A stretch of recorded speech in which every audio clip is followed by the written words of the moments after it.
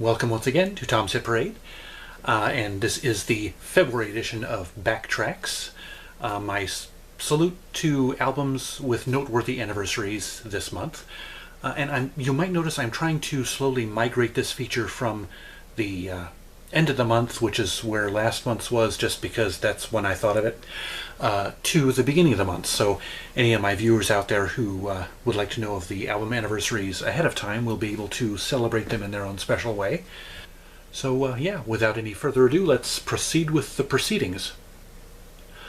55 years ago this month, in 1963, Barbra Streisand put out her debut album called The Barbra Streisand Album. And also Johnny Cash released the album Blood, Sweat and Tears. In 1968, half a century ago, the group Blood, Sweat and Tears put out the album Child is Father to the Man. That was their debut album. And Peter Green's Fleetwood Mac released their debut album. 45 years ago, in 1973, Dusty Springfield's album Cameo hit the record racks, and so did Raw Power by Iggy and the Stooges. In 1978, 40 years ago, Blondie's album Plastic Letters was released, and so was Van Halen's self-titled debut album.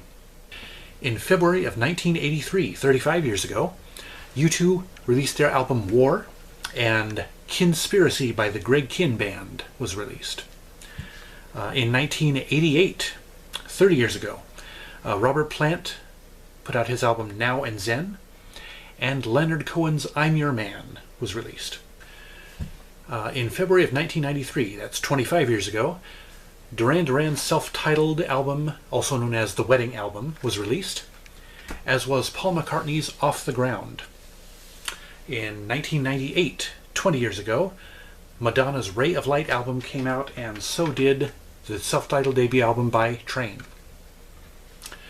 15 years ago, in February of 2003, Michael Bublé's self-titled album was released, as was The Beautiful Letdown by Switchfoot.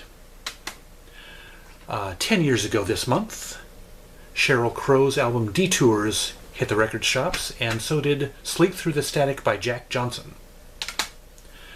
And once again, we're down to the babies of the group. 5 years ago, in February of 2013, Atlas Genius put out their debut album When It Was Now, and also Ben Harper and Charlie Musselwhite teamed up for their album release Get Up. And now it is time for the Spotlight album for February 2018. As you may know from the last installment of Backtracks, with this series I try to spotlight one album that has a noteworthy anniversary each month. And I try to buy it. I try to make it something that I've never heard before, and I try to buy it on vinyl whenever possible, to keep in line with my New Year's resolution of buying more vinyl records. And this month's Spotlight album is 50 years old. It is the Mason Williams phonograph record.